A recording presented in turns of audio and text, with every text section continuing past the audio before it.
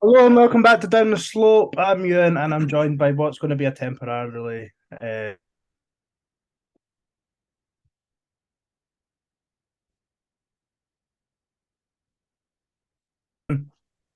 So, mate. It's no easy keeping clean sheets, but that's what I'm saying.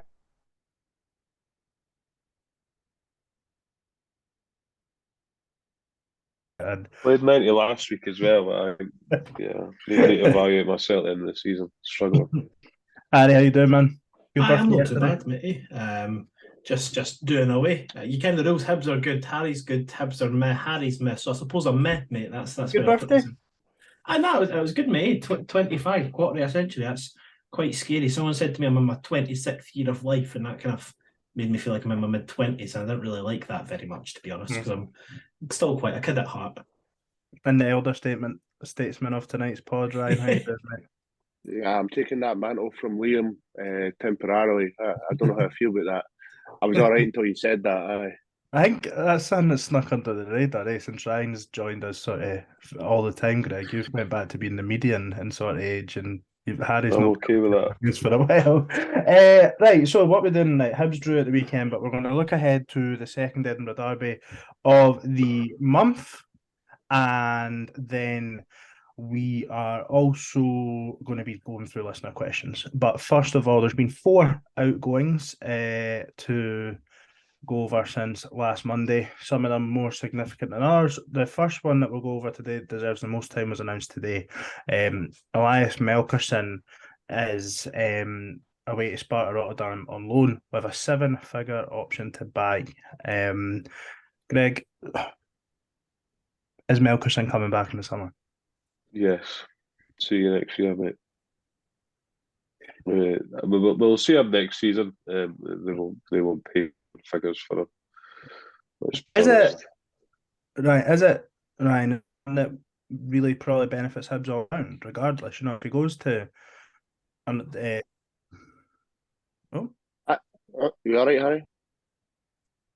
Yeah. Yeah, no, I think it could benefit one way or the other. Whether it's a seven-figure fee, which I think is being a great piece of negotiating from whoever sorted that deal out. Because if we do manage to get seven figures from, that's a sizable amount of money we could reinvest. And then on the flip side, if he goes over there, gets a wee bit game time, gets some experience, and comes back, and he's ready to go again next season, then we benefit that way as well. So I think either way, we're going to be either quids in or he'll be maybe a better player all round. mm. Harry, what do you make of the Melkerson one? It's been fairly down the middle in terms of fan reaction. It's different. I think, being honest, I'm blinded by a like of the guy as a character. He strikes me as a person who's very passionate about football. He's came here and he's kind of wore his heart on his sleeve the whole time. I don't think he's one of the players that when we criticise the team for not trying very hard, he's not one of the ones that we'll go after.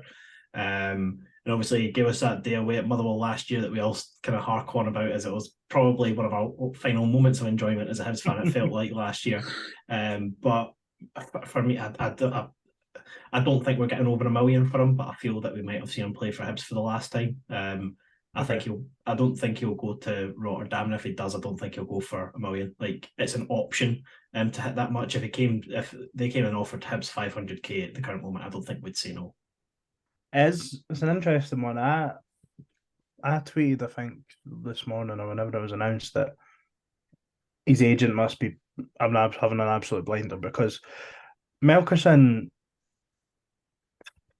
he's not good enough right now, anyway. Do you know? And I'm not necessarily saying he's never going to be good enough for Hibs, but I don't necessarily see any improvement in his game now than this time last season, personally. Do you know, there's been a lot of shouts for, he looked good in the preseason against sort of Clyde and Morton and stuff like that. Maybe he should be playing through the middle, but he's come off the bench this season and played down the middle, and he's not been able to hold the ball up at all. Like, I think Mm. we all referenced it, especially at Ibrox when he came on. Just nothing stuck, and I know that's not necessarily the game to judge a young striker on, but just didn't look ready at all. Really came out the blue this move though. Don't think any has seen this move coming, and I don't think any has had them on a list potentially players that were likely to move on. Greg, is it?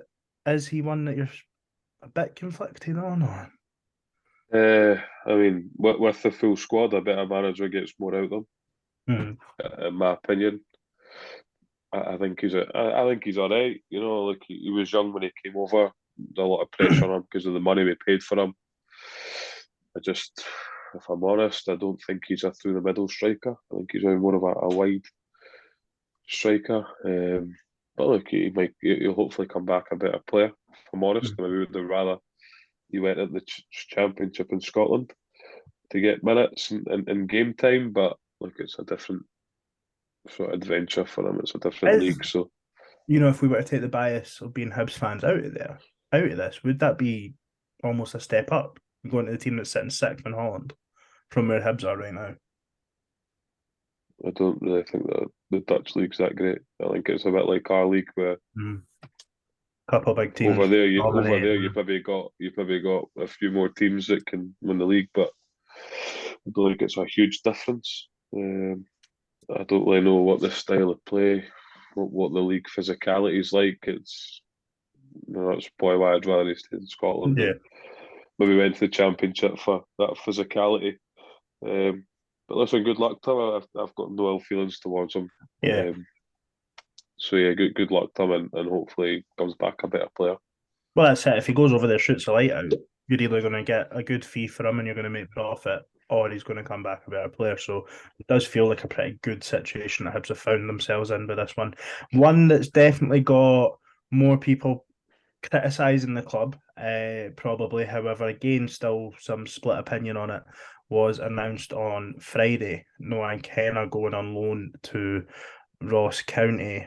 Harry, what do you make of that one? It's just, if you've not got another defensive mid lined up, then it's just really stupid to me. Because I don't think Noah Kenna is going to be near the top of the wage bill. And as well, he's a young player that we want to have as part of our future moving forward, supposedly. And the manager for the past month and a half has been saying that the squad's not good enough. We need to get rid of the terrible players. If I'm the likes of Melkerson and Kenna, I'm not coming back to Hibs to play under Lee Johnson. He's told national press I'm not good enough and got rid of me the next month. Like, I appreciate they're young, but at the start of the season, Noah Kenna looked a good player. And then, unbeknownst to us, he got taken out of the team and he's looked a shell of himself ever since. Lee Johnson doesn't have people skills and he's damaged confidence for multiple players. And Kenna's been the one, in my opinion, that's collapsed the hardest because of it. I just think it's for me stupid because now we don't have a defensive midfielder. Joe Newell can't play there. Jake Doyle-Hayes can't play there. Ryan Porteous cannot play there despite that Garden Gnome's persistence of putting him there. So we currently don't have a defensive midfielder. If we've not got one coming in, which supposedly through the grapevine we've heard isn't high demand, it's fucking stupid. I think, well, maybe, Greg, I know your opinions on this, and Ryan, we spoke about obviously going to the game on Saturday, so I'll maybe try and give a slightly different view. If Hibs sign a midfielder now, between now and the end of the window, I think it makes more sense. And had we brought in a midfielder and then maybe 2 days to go in the window, we loan Kenna out, we're probably all saying it's good that he's going to get first team experience in the league that we're in. You know, if his minutes are going to be limited here, especially maybe if, again, Jake Doyle-Hayes, a couple of rumours Bristol Rovers kicking about there today, but if he's staying put, when we'd all sort of assumed he'd be off, and if we were to bring someone else in, then all of a sudden the Kenna deal potentially looks a bit more sensical. But for me, still, I don't even know if that's a word, by the way. I think is that sensical as opposed to nonsense? Nonsensical, aye.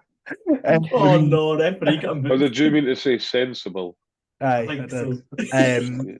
I still think it's a bit of a strange one, especially when you see how uncomfortable Porteous was in the first 20 minutes of the weekend. But you know, share the listeners your thoughts, then Greg, just you come right in on the back. I think Harry's covered it pretty well there. One of the things that kind of sticks out to me is the team lineup on Saturday there. Ryan Porteous has been shoehorned into that defensive midfield position, and then we're forced to play Will Fish because we don't have any other fit centre halves. We know he's not good enough. He's not Hibs level. So Kenna's still around the club at that time.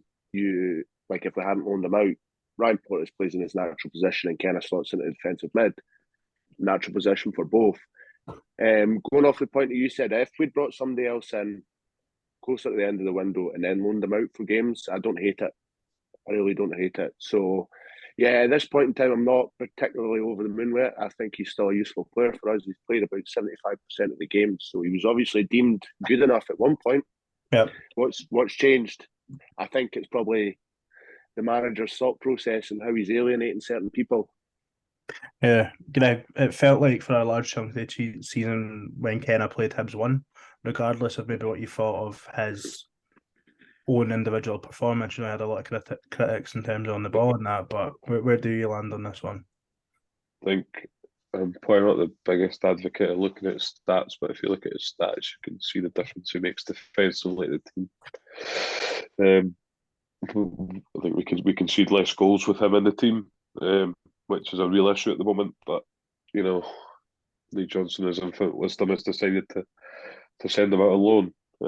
It's a strange one for me. I really don't understand it. I would much rather develop the player at the club by giving him games when he is needed, rather than sending him up to Ross County, where I don't really know what system they play, but I would much rather develop the player at the football club, especially when we're struggling defensively. He may be a bit limited going forward, but that's ultimately not his role. His role is to be a sitting midfield player. So, I just Lee Johnson makes a lot of decisions that I don't really understand. Going out before games, sending players out on loan that could definitely make a difference to the squad. So, but yeah, I don't know. I mean, you see it on Saturday. When he put players in the right positions, but we scored a goal. It's really simple, this game of football. But he continues to persist with playing players out of position. But he's definitely not suitable for this football club anyway. I've said that on multiple occasions. Right, the final two that have moved on, and these have moved on permanently. Two younger players. Jack Bryden initially obviously came back from Edinburgh City and very quickly went out the door, and then Kevin Dabrowski has moved on as well. Is Kevin not on loan, but out of contract end? Yeah, and Hibs have said that it's that he's done. So no real shock there for me on either of them. The Bryden one maybe a little bit more. Dabrowski's been fit, I assume, since the World Cup. He played against Rave Rovers and hasn't been in a squad since. So maybe a little bit disappointing to see Dabrowski move on, but ultimately, right decision, would we all say? I'd have him over Schofield, so not. Well, if he's out of contract at the end of the season, you've got Murray Johnson coming back in, so I'm not too upset about that. I'm not too concerned. Aye. Yeah, can we just send Schofield back down the road, please? Agreed. It's genuinely a waste of wage, to be honest. Just put Murray Johnson on the bench. Well, exactly. He's out on loan, is he not? No? Is he not? Is he back now? He was at Airdrie, wasn't he? Only for a brief thing. I think it was an emergency loan. So he's back. So for me, case, why not send Schofield back to Huddersfield? And I think that might be. You can bring in a player of a position that you actually do need. I think there might be factors in the sense of when they're playing. I know you shouldn't be planning your entire season around one game, but this Dortmund game, would Murray Johnson be available for sitting on the bench for the first team? If the youth team are travelling to Germany and stuff, and then but they're not. It's a one-legged tie. Is that a one-leg game? Is it right? Yeah. Well, then doesn't really. I mean, I'd be entirely comfortable with having him on the bench at the end of the day. Like, he's in and around. It's been him over Dabrowski that's been part of the matchday squad anyway. Yeah. Ultimately, so seems a bit of a strange one. Right, let's get moving on to listener questions in this sort of new format that we're doing it. I'll try and keep them grouped together as possible, but we're going to start off with a light-hearted one after just moaning about the transfers. Ben Lister, what's a reasonable length of time to sit and have a shite, and what paraphernalia and digests do you guys take to pass the time? Ryan, I'm going to come to you for this one, seeing as you sent us something rather interesting in the chat about an hour ago. So I would say the average person, probably in my profession, takes about 15 to 20 minutes. I personally get numb legs after that amount of time. So I'm a 10-minute pooper. Telephone, always. If I forget my phone, if it's on charge, I just grab a shampoo bottle. Hey, have you read of that? Mate, I'm Oh. I reckon 5 to 10 minutes, if dependent, but depending on how many beers I've been. If it's a Sunday and there's been a fuckload of beers the night before, then it could be in there for a while. TikTok is what you're after. That TikTok is designed for taking a shit. Like Harry's face is like, Harry, did he tell me you're one of these in day or shite and straight back out in 2 minutes? Right. Harry goes into the Financial Times. Oh God, no! I go and do my business, and my business takes as long as it takes. I'll sit on my phone, but I don't go in and be like, all right, I'm going to sit in here for 20 minutes. You weirdos. No, but sometimes it's the only piece you're going to get in a day. So you think, right, this is 20 minutes to myself. No whinging, no moaning, no fuck all. Just get on with it, peace and quiet. Jesus, right. Ewan's nodding his head, so he agrees. Greg, settle I it. certainly don't put a time limit on it. There's not a time limit on it for sure. Aye. But there's a minimum. I know, but sometimes you just want to Get drop in it it. and go. I don't have a specific time. Thanks for the question. What passes the time though, Greg? TikTok? Twitter, Insta, TikTok. Sometimes I'll have a scroll through them all, to be honest. What's the Depends on how rotation? I'm feeling. What's everyone's rotation social media wise? Is it Twitter, Instagram, TikTok? Does Facebook get a scroll in there?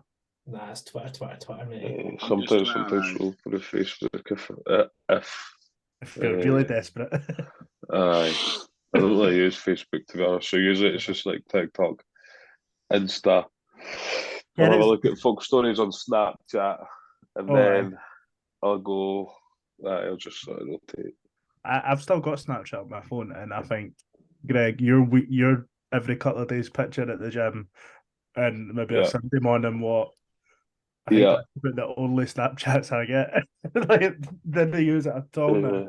But I actually don't even know why I still use it. It's only the shit. Still have a little nosy. It's grim when you've been on social media too long when you don't go on Instagram and there's no stories left. You've seen them all. Well, you get your weekly screen report the next week. You're like, screen time was up 8% this week. Fucking sad bastard. But Right. Next up is a two-tweeter from Aidan. This is more around the youth side of things. So, why are we allergic to trying youth? Bryden Bradley going isn't great, but not done much, so fair enough. But we decided to play Fish and Josh Campbell at right back instead of a fit Megwa or even Miller. Development team highly rated, yet no signing anyone in the first team. Surely better than some of our 11. Now we go into the derby with no idea who to play at right back. Josh Campbell would get rinsed, and we've already tried to fit square pegs into circle holes with Fish. Other than Doig, Porteous, and Campbell at a push, not many success stories from our academy. So why would any youngster come to us? Anyone want to take that first? That's what you call a good point, well made. As I've always said, I think you should always be conscious when leading players into a team, especially when they're as young as some of the players that were floating around are. But I think there is calculated risks to be had that Hibs don't seem to want to take. I've got very, very, very little faith in the man that's currently making those decisions. So I doubt that we'll see anybody at the current moment get bled in. The selection at the weekend was embarrassing. Anybody that makes it so for me, I think we should be giving some of the guys a chance, but just like maybe off the bench just to see if they can keep at it. But even the thing is, like Bradley, who left, for example, I know it was just one game, but he came on one time and he actually looked pretty decent. And we never seen him again. Like, I never understood that because he could have got like similar opportunities moving forward from there, but it just never happened. I don't think we should have 6 players that some people want to have in the first team, but I think giving a 18-year-old striker 15 minutes at the end isn't going to do him any harm. See, for me, I was surprised with the right back situation at the weekend, especially after the first half. I actually thought Lewis Miller was coming on at halftime. He was pretty much stripped and ready to go. In terms of like the rest of them had the full shebang on, still like trackies and snoods and everything, whereas he was doing just had to take the top off and was ready to come on. I half expect him to come on and then even just potentially get minutes with a view to maybe playing this weekend. There's not been much saying about Cadden, just I know talking more about the right back instead of the youth thing there. I think on the thing Hibs released and previewing the Dundee United game said that Cadden was going to get a late test, so I'm hopeful that he's fit for this weekend. But Greg, would Megwa or Miller come straight in for you at right back this weekend? Who knows? I think I'd probably rather Miller, to be honest. I don't think Derby's a game for Megwa to come in, but like I've watched Megwa a few times, and he's physical enough. You know, he's well built, he's strong. So I just don't understand why Lee Johnson, the man who's not tall enough to ride any roller coasters, is putting a midfielder at right back. It's really beyond me, to be honest. I don't understand, because you've got boys there that can play right back, that would surely do a better job than a player out of position there. I'd rather play a natural right back than a midfielder at right back. But obviously he wouldn't. And then as soon as it changed, we scored a goal, and then you're thinking, right, well, why was that not like that for the start of the game? You know, I just look at Josh Campbell last week when he moved out to right back as well. Well, that's it. He got caught. Exactly, he got caught. He got caught for a goal, then gets moved out of position and gets a goal, an assist, and it's the same on Saturday. Does the same this week. So I don't know. I mean, unless he's seen something totally different to what I'm seeing, but your eyes don't lie to you. You can clearly see what's happening. It's a really weird one as well, because for me, a few things on Saturday that you've seen, what just was lost for the first, until we changed formation in the midfield. He was really poor in the first half. And then Josh Campbell wasn't great either. If someone was to ask me who would be more comfortable at right back out of the two, I would say Porteous. Every day of the week. And as well, I don't necessarily think it's a coincidence that the midfield got ran all over the moment you take Josh Campbell out of it. Can I just say though, like, see if you've not got a right back and you've maybe got a few centre halves, why not just play 3-5-2 to accommodate them? I know it's not everyone's favourite formation, but you need to accommodate what you've got available. Needs must sometimes, aye. Of course, but I don't know if I just don't understand. He goes on about football IQ and every week, and he's got absolutely zero of that. So, right, couple of questions here around about the potential incoming director of football. So I'll ask them at the same time. So Jeff Ashton, why do we think a director of football will be the silver bullet to many of the current ills at Hibs? Recruitment of players and the last two managers are hardly ringing endorsements that this is a decision they'll get right. I hope we do, obviously, but I'm not hopeful. And then the other one was Greavesy, and this is actually a second point he's made, I think. Also strange that Ron has said nothing on the director of football role, all coming from Ben Kensel. Surely having such a strong window as Ron put it in the summer, he would have wanted to say a few words on it. Are we all putting too much weight into the potential incoming director of football? Like Jeff says, considering how much of a, on the face of it, arse they've made of the last few appointments at the club in these sort of positions, manager-wise. I think we're just looking for a bit of hope, to be honest. Anything will cling on to anything at the moment, the way it's been going. But look, the director of football is not going to win you games of football, is it? You know, the director of football is not going to score 20 goals a season, but what it is there to do is provide stability and actual football knowledge. Because a longer term thing, innit? Well, I mean, the people we've got in the club at the moment at making these decisions have got no football acumen at all. So that's why the director of football comes in, to provide more football understanding, and that's why it's important, because we've got business people looking to make football decisions, and ultimately that's been the downfall for however long. And like, I'm hopeful that it'll be a good appointment. I think you've always got to give people a chance. You know, whoever it is, you've got to give them a chance in that role and see how they perform. And you know, hopefully they get it right. They've not really got a lot right recently, but hopefully they get this right, and you know, we can just start moving forward as a proper football team and football department. Yeah, Harry, is it at least if you look at the things that Hibs have done off the park, like in terms of the hospitality and stuff, in terms of like growing commercially, the club has done some really good things, but obviously we're football fans. We want results on the pitch first and foremost. So they've not got every decision wrong. They've just got what, as football fans, we feel are the important decisions wrong. But my main thing with this director of football is they should not be asking Lee Johnson for recommendations, because that will just give him an extra comfort blanket at the club. It needs to be them headhunting someone that they knows the Scottish game is first and foremost most important. Every season, dating back in the 21st century, we've done well. We've recruited well, and with people that have done well in the Scottish game.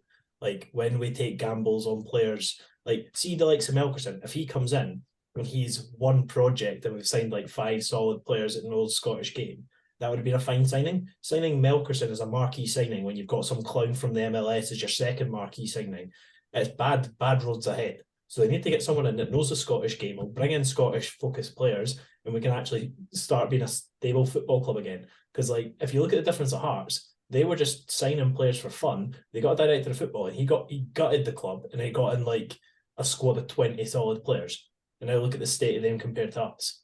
We just need someone, as Greg says, that knows football and can very simply get rid of shit players and bring in good players. It's not that hard. Because from what we've been told, Lee Johnson, some of the players he's suggested we bring in were the likes of Tavares and Bojang. Like, we need that joker out our club, and we need someone in that knows Scottish football. It is that simple. And if Ron Gordon, Ian Gordon, and whoever doesn't get it right, they can all fuck off. Do you know what I thought was quite interesting is that he mentions Bojang and Lee Johnson. He says, we're looking at maybe tap into that market. But what we can't do is start taking risks on players. Like, I get that ultimately every player has a risk factor, but you can't just pluck someone from Africa and think, we'll bring him in. He'll be good for us.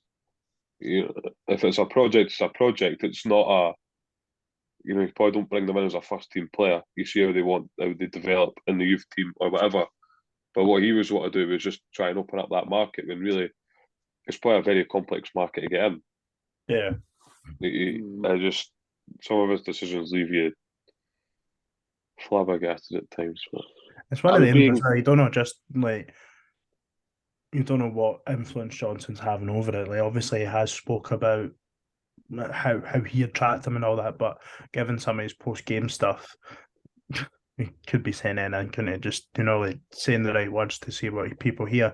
Ryan, I would like to get your thoughts on this one because the director of football stuff's quite at the forefront of everyone's mind now, I think. So I would be very inclined to kind of agree with some of the points that Jeff made in terms of the people recruitment so far at the club when it comes to management. And obviously Gordon brought in Ben Kensel, who's a bit of a joker himself. Obviously Harry touched on the commercial side of the club. I think it was up about 400%. And then we got rid of the guy that was responsible for that. So when it comes to, retaining staff and even recruiting staff, what have we got in terms of track record to trust that they'll get this one right?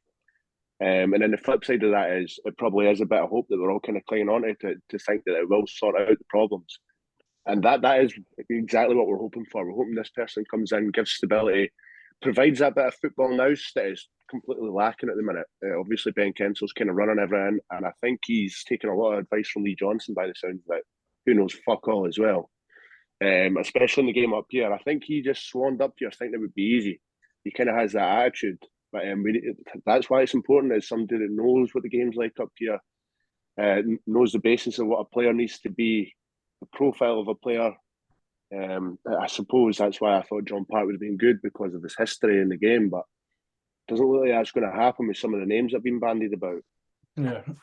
Look, I think for me as well, like Jeff says, like, why do we think it'll be the silver bullet? I think it's more just we're all also there's an element of happiness that they've not just buried their head in the sand. They've accepted. They have sort of put their hands up. We've got it wrong. Yeah. We're looking to make a change. But look, unfortunately, the questions haven't all been all that positive this evening. So can I just say as well, sorry, let's get it right. If this manager is a failure, then people at the club should be losing their job other than the manager. Ultimately, the people recruiting the manager, because that's twice in a row it's been miles off it. You can't be that far off at a club like Hibernian. Like, you can. You could probably argue that has already been taken out their remit when this director of football comes in, though, right? Well, is that them Obviously, just is that them bringing a person in to sort of hide away in the background? the director of Because football. that's kind of what it seems, is that they'll bring the director of football and they'll put him in the firing line. They'll just hide behind him. Well, I think for me, the director of football will come in, and it should take. And if the director of football does his job, then we shouldn't really be hearing someone like Ben Kensel's name all that often. And I don't. Ben actually Kensel think lost that's- the mouth off, so I think we will be hearing his name because that's all he is. He's a mouth. But I Every week don't- he says silly stuff to people to people in like the hospitality and that. Every week he says stupid stuff. I mean, the stuff I heard at the weekend was miles off it. I mean, his eyes must be painted on. So, I just think if he's going to continue mouthing off, then you're going to be talking about him anyway. So, right. Let's move on from that. Right, Tony Swanson, dead simple one. What's the formation team going to be? Sorry, couldn't resist, Tony. That's no went down because Liam's not here. Team-wise, honestly, we're not even going to get into that because fuck knows at this point. Right, Sean, am I the only one that thinks Melkerson move might do him good? I know it's against what's been said. I think we all think it might be good, for him personally. It probably will. I think it's a good move for him. I got a bit of sort of folk reply to my tweet, but I said it's a good move for him. Like, I think his agent's done well to get that for him. Would it be controversial if I said I'd be happier with the fee rather than having him back in the summer? I'd be all right with that, mate. Aye, that's best case for me. Best case for me is that we get a 7-figure fee, and I'll put that out there. 7-figure fee, mate. what we're investing it in though? Well, Here's hopefully the the problem. director. But people go on about, good to get the money in, but look at us previously. What have we actually invested it in? I understand that, but if he's not good enough, then surely getting some kind of recoup on the money you spent on him is a positive. Right. To bring in somebody else that's not good enough. Sean's next question, I think we answered this a couple of weeks ago from someone else potentially. If you were to bring back one old player into the current team, who would it be and why? Did we do? Was it maybe when we were doing our all-time 11s? We said which one would you bring in? For me, you'd need to be looking at a centre back right now. Frank Sosie. Aye, Frank Sosie's bring easy. Martin Scott back because he's most likely to nut the manager. Greg, one player you were a bit out there with your team when we done it in the World Cup. So let's see. He's going to say Matty Jack. No, well, to be fair, Matty Jack, now we've sent Noah Ken out on them, we'll just bring Matty Jack back. I feel like I should put our foot in. Right. A few questions here are coming on to Lee Johnson. So, Greg, just let all the questions flow and then you can just let loose, right? Nah. Right. Dave Thompson, does Lee Johnson have a football picture on the wall and a bundle of darts with players' names on them, or is he trying to get stacked? Jack Kelly, if we lose the derby, do you think Lee Johnson gets the sack? In brackets, not what you want, but I think. He also asked how was your birthday, Harry. So Jack's enjoys listening to you talk a lot of shite. Junior, what would be your 11 for Sunday, and what do you think Lee Johnson will go with? And then Greavesy was first or second question of the day. Is Lee Johnson still on the verge of the sack? Oh, sorry, is the lack of signings, despite a few outs due to Lee Johnson still on the verge of the sack, Ron not backing Lee Johnson as he's complained to Ben Kensel, then the board have backed the decision to go back to a system we had and bin Ron/Ian's plans. So, Lee Johnson, is he anything to do with the lack of signings, and then is his job still at risk, especially as we look forward to this derby on Sunday? No, because we have a recruitment team that signs players. So we just need to stop taking the post-it notes to the manager and just sign players that we think would be good. I don't think it makes a difference if he's there or not. But then you're not signing players because it'll be another manager with players who didn't actually want, who actually knows what's going on at the football club. Somebody needs to come out and tell us. A few more questions just about Lee Johnson as well. Hibby tweets, are the Gordons only going to hire dwarfs as managers? Dave Graham, do we think any other SPL managers have their own face as their WhatsApp background? No such thing as SPL, Dave. God. I think, and that's the lot for Lee Johnson. Harry, is this weekend huge for Lee Johnson? If he wins, does it? If he wins, then you're 3 unbeaten, 2 wins, a draw. If it goes the other way, is he potentially out the door? Just for me, I don't think he will be. I think if he was going to get sacked, it would happen a long time ago, and I think he's here unless things get really bad. You know that we always do constructive criticism whilst live on the pod. You would never please ask unrelated questions like that again, because there's about 12 different topics to answer at once. I just went all for I Lee appreciate Johnson. you've just given me one there. In my opinion, if we get beat badly, then the board have no choice but to sack him.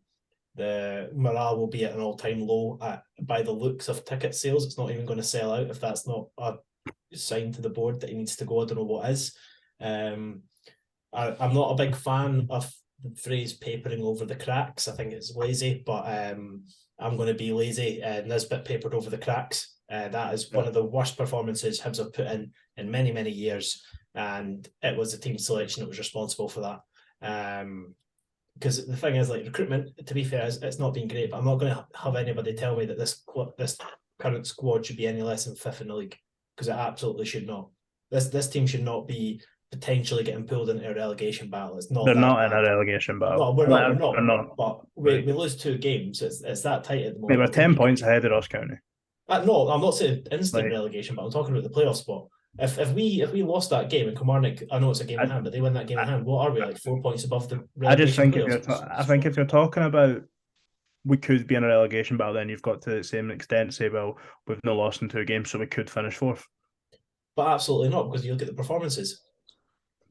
I mean, look at the way the rest of the league against Motherwell, we took our chances. Look at Look the way the rest of the league are performing. And again, though, I've seen it a lot saying, and I said actually, oh fuck, where would it be with Kevin Nisbet? But you could argue to the same extent, where would we be if Nisbet had been available all year and Martin Boyle was still available? I don't think it's fair to say if it wasn't for him, we'd be fucked. Well, as he said in his post-match and as Nisbet said in his post-match interview, he's paid to score goals. Like and that was the player himself that said it. I don't know if it's fair to say without. Because see, the thing is that the problem for me with these performances, the reason that we scored those goals wasn't something that we'd worked on in the training ground. That was Kevin Nisbet creating goals out of nothing. Kevin Nisbet got the weekend for up sure, to him, and he made something out of that. We're not creating chances. I don't know what the fuck we're working on, because we're not defending them either. And honestly, like we'll touch on it probably later, but see that first goal, fuck me. What are they working on in training? Like McGuinness and Newell don't know how to market throw-ins. What? That's amateur stuff. It is basic level football, and I don't know what the manager's doing. I'm sorry. I try and be as positive as possible about people related to Hibs, but that manager has done fuck all to show that he, 1, deserved the job in the first place because he's done fuck all in his managerial career, and 2, since joining, he's done fuck all to show that he deserves to stay. He can't win big games. He can't perform in the cup, which he's going to prove on fucking Sunday, and we're going to be mid-table for as long as he's manager. There's nothing positive about Lee Johnson. Is Kyle McGuinness tracking a runner on the manager? Pardon? Is Kyle McGuinness tracking a runner on the manager, though? No, because it's either Kyle McGuinness has passed him on to Newell. Newell's not noticed, because McGuinness just needs to go in. Take the other player. McGuinness just needs to go in. Just take ownership and go with the player that's running. If you're marking players in a 2 like that, there should be communication between the 2 players over who takes who. That's not just McGuinness. It's not just Newell. It's both of them. They don't know what they're doing. I don't necessarily think that's on the manager. That's basic. How's it not? Basic tactics. Of course it's on the manager. Mate, I've played 5s with Greg and he hounds you if you didn't track your run out. I need a fucking manager to tell me that. You know what I mean? No, like, but on a like, football pitch, because these guys, they're not training like once a week. They're training 4 times a week. Defending set pieces, including throw-ins, will come up. In those situations, that situation will come up in training, and they should know what to do. To be fair, that's not on the manager. That's lazy for the Harry's two trying players. his best to dispel the happy clapper. No. All that he's got. Ever since he's been labelled it, I just don't think it's. I don't think it's on the manager. I'll blame the manager for a lot of things, but that's not on him. That's laziness from your midfielders not picking up runners. It does my boxing, don't you track go them. through as it well? You don't even need to tackle them. Just be annoying. Get in the way. Just stop any pass unless he's going back the way. Just stop him. Stand in front of him. It's so lazy that Joe Newell, at 29 years old, who's played at numerous levels of the game in England and in Scotland, and he can't track a runner. It's laziness, and do you know what? It's purely down to determination. He's obviously he's not aggressive enough in tracking his runner. And Very Kyle lazy, McGuinness very is the lazy. exact same. There is no excuse for it. Basic stuff is tracking your runner, and that's not on the manager. Do you know? I blame the manager for the fact that we don't play a proper system. And I don't know what we're trying to do on the football pitch. And the tactics are wild, and he puts players in the wrong position. But tracking your runner is definitely not on the manager. Do you know I would absolutely pin the second goal on the manager. Stevenson should do better throughout there, but Stevenson was exposed all game, and at no point did they address it. No point. Rocky loses it to Fletcher on the second goal, and then Stevenson has to come in tight with, I can't mind who it was, but Harkes is then just, he's got all the space in the world, and I don't know if that's if the instruction was for Ellie Yuan to get back in and help, but that's just not going to happen. We've seen it all year. Maybe he'll trap back once or twice a game, but other than that, he's useless in terms of in our own third. And for me, that goal, you can entirely blame that on the system. Dundee United had an assist, played a back five, and the front three just stayed high. We couldn't get it. We couldn't play it because it wasn't even a press. It was just they were just there. Like Greg says, they were just making it difficult. They didn't have to do much. So that's do you know something? Dundee United won't have an easier game all season, in my opinion. We were so far off it. And whether that's the system or the willingness, as we've already spoke about, the basics of the game are go and try and be competitive, and I just felt like we weren't doing that in the first half at all. Second half, we maybe perked up a bit, but I felt like we just weren't getting enough balls in the box. The quality wasn't there in the final third, and ultimately, I don't even think we deserved a draw. I thought we deserved to get beat on Saturday, and we're lucky we got a draw. Felt like a defeat anyway, man.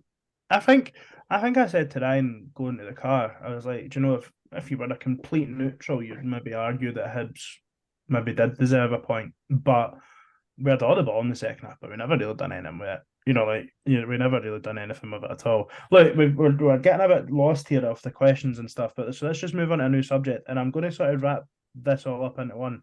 Sorry if we didn't get into your topic, if you've sent something in for us, but moving on towards the derby, we've had quite a few different questions in around that.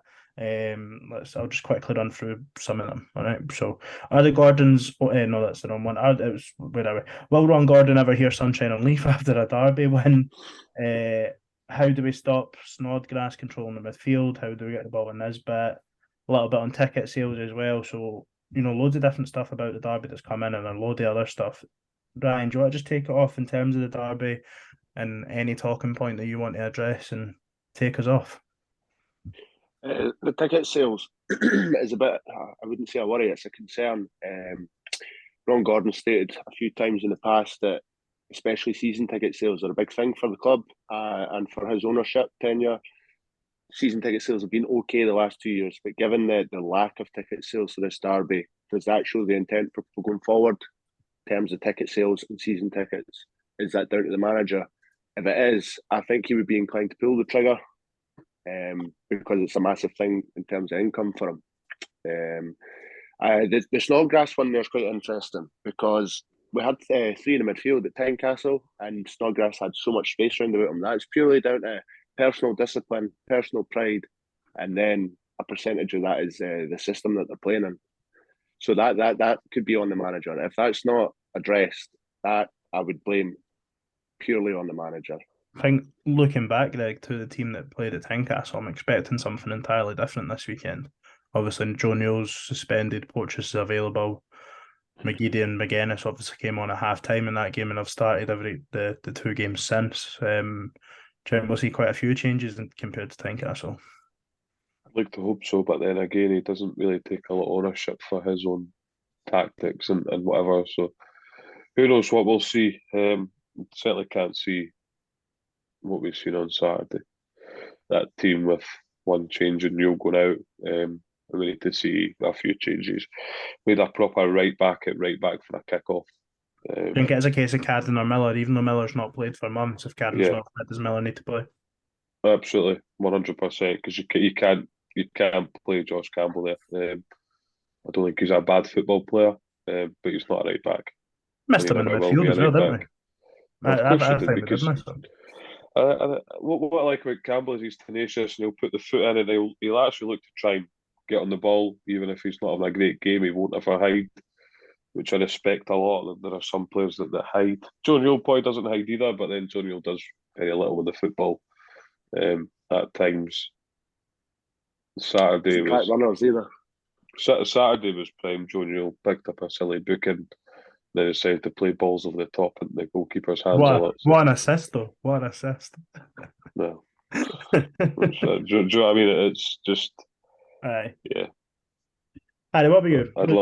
I'd actually like to see McGeady play in the middle as well. He's not cut out for playing out wide. I said that last week, and he played out wide, and I felt like he was more effective actually in the middle of the park. Well, I think against Hearts, you just match them.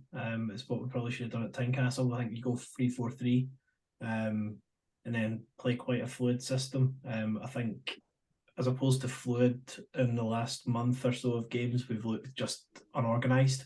But if you create a system in which you play one system when you're off the ball and one system when you're on the ball, margin that in it between fluid and all the other shit. It's true though, because like sometimes, like I remember in the Championship, we played a very fluid system that you couldn't name a formation, and we looked great. But then in the last like 6 games, we've played we've supposedly played, but you know, for me, we go 3-4-3. I don't know what the personnel is. I think you make sure that Porteous, who's a defender, plays in defence. You make sure Campbell, who's a midfielder, plays in midfield. And if there's any doubt, you keep Kevin Nisbet up front, just in case Lee Johnson wants some tactical notes. You don't take your good players out of their positions. But yeah, no, it's a tricky one. I think Snodgrass is important to keep tabs on, and I think what do you call it, Mackay as well. Even though he's been a bit inconsistent this season, I think he's always a threat. Yeah. And then also just get someone to absolutely boot fuck at Shankland. That is honestly a big priority, because he doesn't like getting kicked. As soon as he gets bullied, he just shies out of games. So I just give him a big kick early on.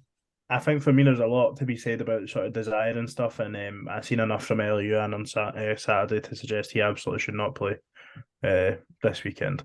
There was, I think ultimately it was offside, but he could have went in on, what was a 50-50 with the goalkeeper and just absolutely shot it. And it was just like, I think the fucking full East Stand erupted. I don't know what it was like over in the West, Greg, but it just... not good. Not good right. at all. For me, that's pathetic. Just Suffer. What are you scared of? I don't hate the shout that Harry's saying there with sort of 3-4-3. You'd probably be looking to Porteous, Rocky, Fisher, Hanlon. Fisher, Hanlon. Ultimately, that's to 3 of the 4. And for me, I think the two that would be off of Nisbet for me would be Campbell and McGeady, and then probably Doyle Hayes and McGeady, McGuinness and McGeady, and then Campbell and Jake Doyle Hayes in the middle of the park when Newell's suspended, and then you're just filling in the blanks there on the left and the right, aren't you? That's probably where the unknown comes. Would you be looking at Chabraya back in, or is that ship fully sailed? And the two fullback positions right now are just looking like a real problem with Cadden's injury and the form of Stevenson and Chabraya, aren't they? Personally, that's like the worst I've seen Stevenson play. He was erratic all over the place. Looked a shell of what he's shown us. Even this season, he's been as well, wasn't he? Totally. Oh, for sure. But that's a case of taking leadership and demanding that the player in front of you has to do his work for the team. I mean, Greg's obviously still playing football. Like you just don't let the guys in front of you away with that kind of stuff. Once, twice, there's no a third time. Do you know what I mean? He's not happy. But there's got to be a level of discipline and listening, and it just can't. But he was really exposed. He was exposed. Greg, you've obviously. I just think that see if you're playing that position and you feel like you're exposed, you need to be screaming. You need to be making a scene. You need to be making sure that someone hears you and that actually they're alert to it. Because maybe it's purely that they've just not realised that you're feeling exposed or whatever, but you need to be absolutely going in on it. But I don't know. I just think Stevenson's beyond it now. And again, World Cup, is he? It's the same with him and Hanlon, right? I'm not Hanlon's biggest fan, everyone knows that, but he's not been replaced. So you're still relying on him to do a job. It's not his fault he's not being replaced. He's asked to do a job, but he can't do it to the same standard. But he's not been replaced. How many left backs has Lewis Stevenson seen off in his time? So what I mean, so I think I've said it all. Stevenson's just. I think you're starting to see average players give him a harder time than what they've ever done. And I don't want to get too critical of it for the reason that you say there, Greg. And I still think Stevenson can do that job, but I do think he needs more protection than what he's needed. I think he needs a proper player in front of him. Do you know how Chris Cadden a lot of the time will have Josh Campbell in front of him? Yeah. I think we need fucking two Josh Campbells. We need Josh Campbell on the left of midfield and the right of midfield to cover the really. I think I would almost go as far to say that fullback's more a worry for me than centre back right now. Genuinely. And what's happening in front of us. We've gone on about the defence all year, but folk can get down the side of us so easy. Folk can get through the middle of the midfield so easy. I mean, there does have to be a discussion about just how much the centre backs are exposed at that. Like even just again, Harry, like that goal, that first goal there at the weekend, straight past one of the midfielders in the right hand side of the box, not a challenge in sight. Like the fullbacks and then the defensive side of the midfield is just a mess. And I actually feel for the centre backs a little bit. They were standing ball watching as well, mate, for that goal. Realistically, I think you pose a good point in the sense that the fullbacks have been terrible, particularly of late. I know the whole season we've kind of had on Cadden, his back a bit. It's daunting. And you'll get fans out there that will try and tell you David Marshall's part of the problem as well. Like, mate, he was absolutely he was horrendous on Saturday. But the only thing is, neither of those goals are his fault. At the end of the day, the keeper's job is to keep the ball at the back of the net. Again, distribution is important, but even if you look at the way we started the game, with Poach giving the ball to Fletcher straight away and nearly conceding after a minute, like that's born out of him playing out of position, by the way, and I will die on that hill. He's no used to facing his own goal. It's as simple as that. It's too casual, mate. Though it's just too. It doesn't even. For sure, 100%. That blind pass facing his own goal. And I would rather have one. Sorry, I was going to say, like, obviously regarding the lineup, I would rather have one player play out position than two, and we had the opportunity to be able to do that by playing three at the back instead of having Porteous and Campbell out of position. You could just play Campbell at right wing back, Porteous at centre half. Then you've only one problem. You need to adapt the players you've got available, as I've said. If you need to play three at the back, you need to play three at the back, but you need to adapt. You need to play players in positions where they're comfortable, or you won't win games of football. So, speaking of winning games of football, how do we win this game of football? Is it just get the ball to Kevin Nisbet as quick as possible and hope? Marshall and Nisbet. I think you need to try and play a bit, if I'm honest. You need to be aggressive. You need to track your runners. You just need to do all the basics right. You must also saying that here every week now. No, well, I'm sick of saying it every week. And when Dundee United scored, the least surprised person on the ground was me. But I just think that you need to do the basics right, but also go and try and take some risks with some risky balls forward, or just do something to show you a bit of invention, because we're so predictable and one-dimensional 99% of the time, I feel. So just do something a wee bit out of the ordinary. Go and take the man on and whip the ball in or something. Just do something. But I feel like all the time we just want to go back the way or back into midfield, and then we'll play it across, and then we'll come back the way, and then just try and take the man on. Try and get forward quick. See, I think you need to be inventive and risky. I think in these games you can't just be safe all the time. I think Greg's got it spot on. I think I think we play not to lose. Like not as an overall mentality, but as individuals. I think each player goes on there thinking, I don't want to make the mistake that'll get the crowd on my back. I think we've got a very scared squad. I don't want to single players out, but I'm going to do it anyway, obviously. Like you and Henderson, for example, like every time he's on the pitch, the boy genuinely looks frightened that he's going to make his next mistake. And I think it's starting to seep into the other players. I don't know if I agree with that one. I just, how not? I think every time he gets on the ball, he tries to get off it as soon as possible. I think Henderson, for all his issues and poor form, I still think he's always available to get the ball and tries things. You know, like we talk about, I think 9 times out of 10 he tries to do the right thing. I think he tries to be progressive and forward thinking, and just ultimately confidence isn't there. Maybe, maybe he just doesn't have the ability to do it. But I don't know if I don't think out of all the squad, I don't actually think Henderson's one that hides. I really don't. I don't mean hide as such with Henderson. I think the way I think, for example, there was one moment where he was down the wing and he was about to get shoulder barged and he literally let the boy take the ball off him. And then I think he panicked when he saw McGeady through 1-on-1 against Motherwell away and he overhit the ball because he was panicked. That was my impression. I could be completely off it. But the main point I'm trying to make, we need to be brave. We need to not care about making mistakes. We need to actually try and think we're going to beat this team. We know how much it means to the fans. We're not going to try and not get beat badly because it will make them less annoyed at us. We're going to win and make them proud. That I don't feel that's a mentality at the moment. Obviously I'm not in the changing room. I don't know what's being told to them, but they need to go out there and try and win the game and take the game to them. Play as if you're favourites. Don't play as if this teams from the same city as us and they're better than us, because that's the way we played at Tynecastle.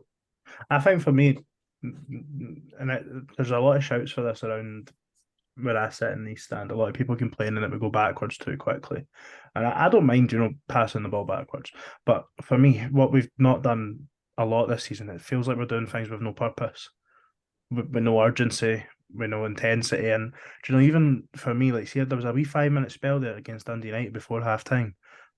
They knew, I think we were maybe even injured time. They knew that halftime was coming, and all of a sudden it's like they flicked a switch, and we managed to keep Dundee United penned in. We got on top of them a little bit. It's like we're doing, when we play with intensity and urgency, and like you say, a little bit of chest out, we actually look like an all right football team. But then the moment we concede a goal, the body language and everything, it's just urgency for me. Urgency, just do everything at a faster pace and with a purpose. And I don't know if that's there's no plan. I don't know. I absolutely don't mind passing the ball about. That you keep possession, but maybe passing the ball about by looking to open up the other team, by looking to create space and wee pockets and look to go forward. All we do is we pass the ball back because I'm not to play the risky ball forward. I'm not want to do that. Ultimately, it ends up at Joe Newell and he does it. And it goes through the keeper, so people get on at him. But the amount of time we get the ball out to our fullbacks quickly, and there's nobody within 15 yards of them, it ends up going into Joe Newell, who's got their centre forward or centre midfielder on his back. And like you say, Greg, either has to go back to the centre back or try and turn out and effectively play the Liam Craig and just chip out of the line. There was one thing was saying I think really pissed me off is when Jake Doyle-Hayes got the ball, decided to run 7-8 yards towards the player out wide and then plays the pass. Surely he's got the ability as a professional football player to not run that 7-8 yards and just play the pass out wide. Why are you running towards the player to play the pass? Just give him it. Because all you're doing is you're running that direction anyway, so just give him it.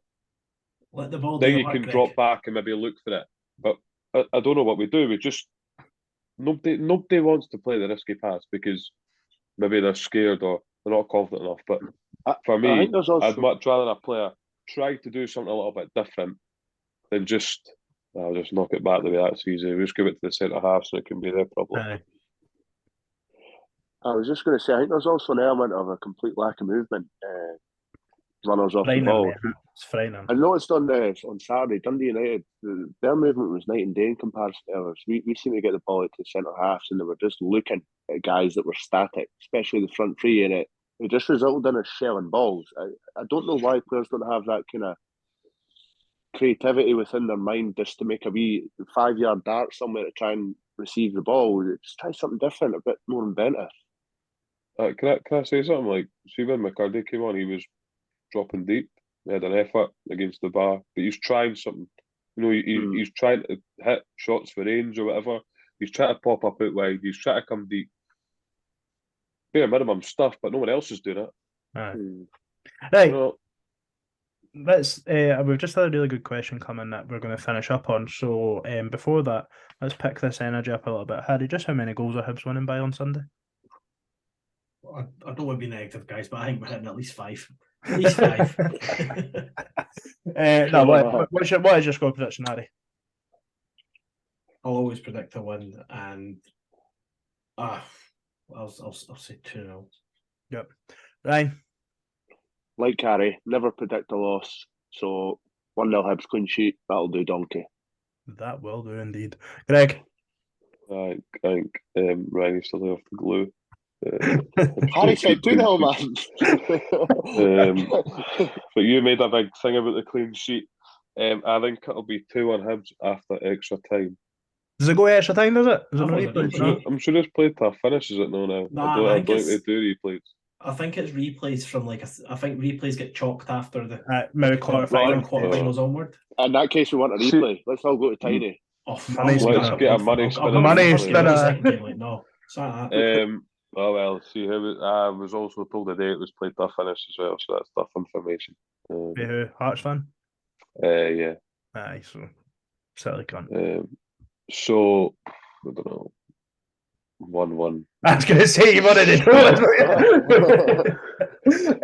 I'm going to go for a commanding 3-1. Oh.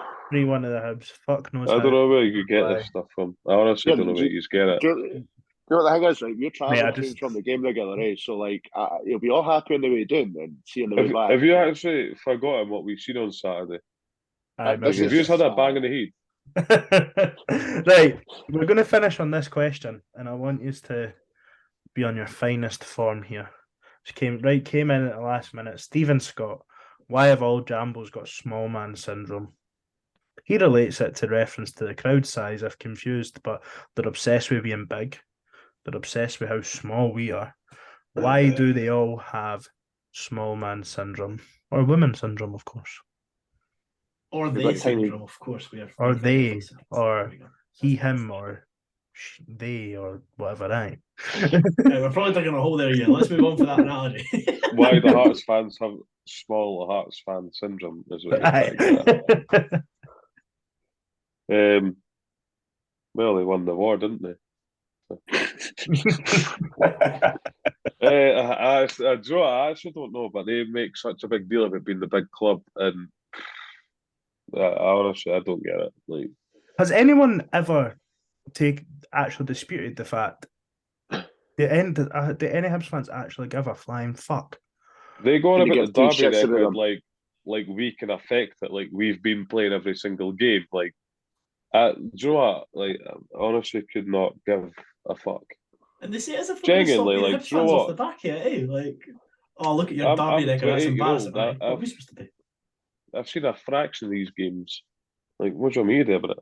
But they make such a big deal about it. It's actually that sad that they've got a running score, and every time a game's played, it gets updated. Like, they must be great fun at parties. I think Liam summed it up well. Liam summed it up well last season, I think it was, wasn't it? They're just not our type of people. So it's a scarf twirling as well. I really don't get that. Woo! What they want to do? Take off, like. Can I just say I'm sorry for all the negative. People are thinking, why is Harry so negative tonight? Being honest, I normally look forward to derbies, and I've never felt less like up for a derby in my life. And what do you call it? Like, see, normally we'll be having like our podcasts and that, like building up to the big game, but we literally can't do it. Like, there's no point this week because it would get we'd get negative receptions on Twitter if we'd done like a derby special this week. Like, something needs to change, and we need to bring in players. Hopefully, by the time the derby comes, we've got two fearless bastards that will come into that first 11 and give us a bit of hope. Because God knows we fucking need it. Eh? That actually annoyed me earlier. Like, really annoyed me. What did? I was at work and his comment about how there's no point bringing a player in this week because he'd be hated. I'd just like to say, regardless of what Harry just said, I would never, ever, ever want to be one of them.